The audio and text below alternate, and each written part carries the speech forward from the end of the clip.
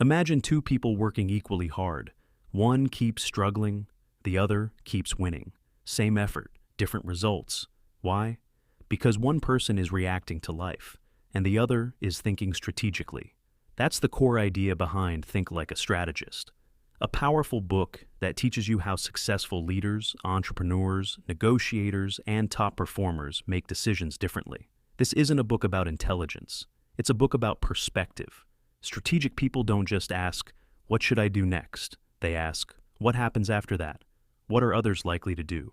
What game am I actually playing?" And once you understand that, your entire life changes. In this video, we'll break down the biggest lessons from this book in a simple, practical, and human way, so you can start thinking smarter in business, relationships, career, money, and everyday decisions. Because strategy isn't just for CEOs or chess players. Life itself is strategy. Part 1. Most people play checkers in a chess world. The book begins with a powerful realization. Most people think short-term.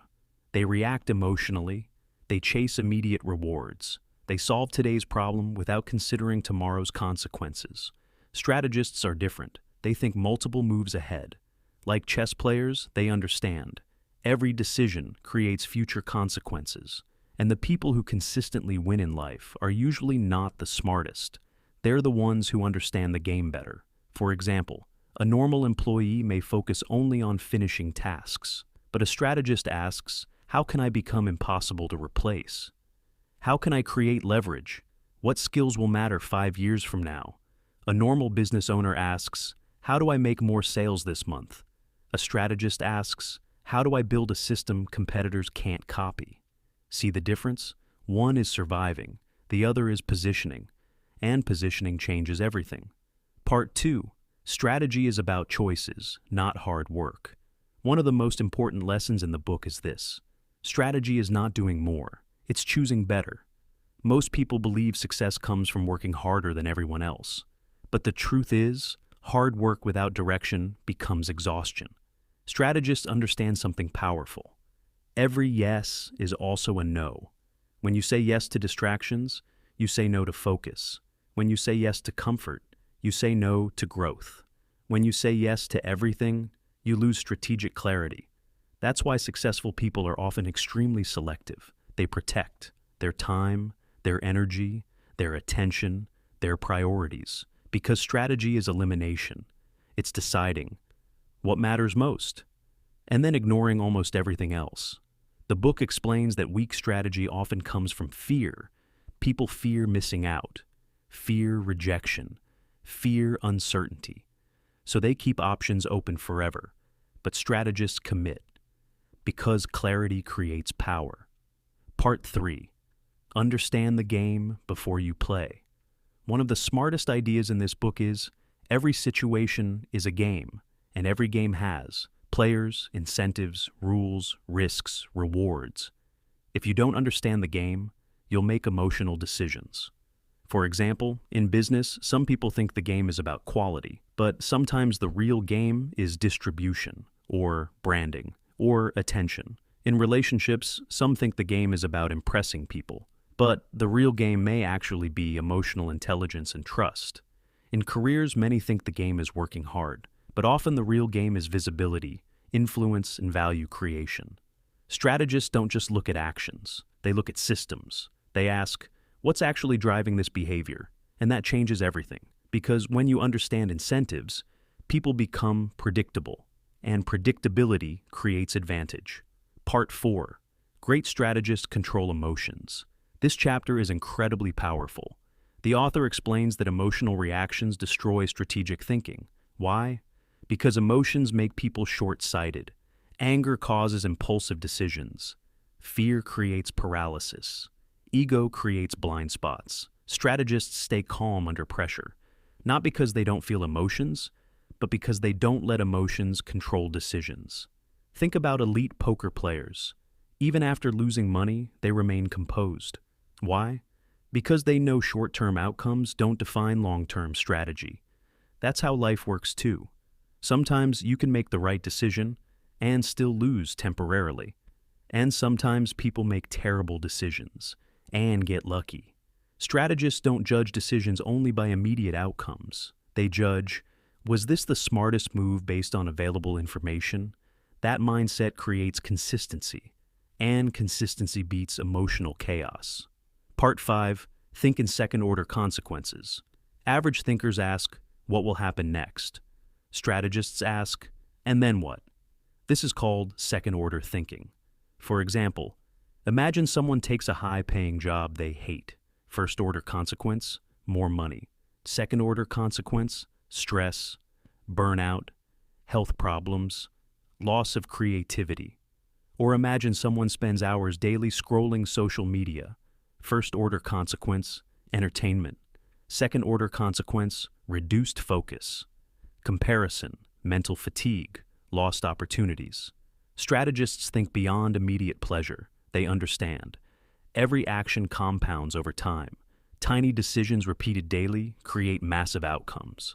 That's why strategic people are careful about habits, environments, and relationships, because they know the future is built slowly. Part 6. Positioning is more important than talent. This part of the book changes how you think about success. The author explains that talent alone rarely wins. Positioning matters more. Imagine a brilliant singer nobody hears, a genius entrepreneur in the wrong market, a skilled worker with no network. Talent without positioning stays invisible. Strategists focus on placing themselves in environments where success becomes more likely. They ask, where is opportunity growing? Which skills are becoming valuable? Who should I connect with? What industry is expanding? This is why some average people become wildly successful while highly talented people struggle. The average person found the right game. Strategic thinking is often about choosing the right battlefield, not fighting harder in the wrong one. Part 7. Leverage changes everything. The book also discusses leverage, one of the most important ideas in modern success. Leverage means creating results bigger than your effort. For example, technology is leverage, teams are leverage, content is leverage, systems are leverage, audience is leverage. A strategist asks, how can I stop trading only time for money? Because time is limited. Strategic people build systems that continue producing results even when they're not actively working. That's why creators build content libraries. Businesses build processes. Investors build assets. The goal is freedom through intelligent structure, not endless hustle. Part 8. Strategists adapt quickly. Another major lesson, the best strategy is useless if you refuse to adapt. Many people become emotionally attached to old ideas, but the world changes constantly. Markets shift, technology evolves, people change. Strategists stay flexible. They don't confuse persistence with stubbornness. They constantly ask, what's working now? What assumptions are no longer true? What needs to change? This adaptability becomes a superpower because rigid people break under pressure. Flexible people evolve. Part 9. Winning quietly is still winning. The book also challenges modern society's obsession with looking successful. Strategists don't need constant validation.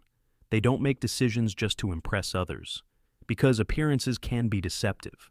Some people look rich but are drowning in debt. Some look confident but lack direction. Some look successful online but are miserable privately. Strategic thinkers focus on actual outcomes, not performance for attention.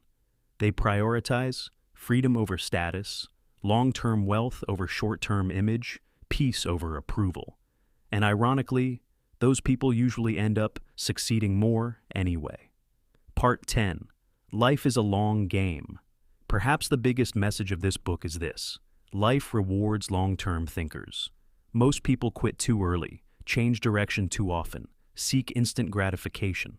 Strategists understand compounding. They know trust compounds, skills compound, money compounds, discipline compounds, reputation compounds. And because of that, they stay patient. They don't panic over temporary setbacks. They focus on building a strong position year after year. That's why strategic people often look slow at first, but unstoppable later, because while others chase quick wins, they build durable advantages. Final lesson: thinking differently changes everything.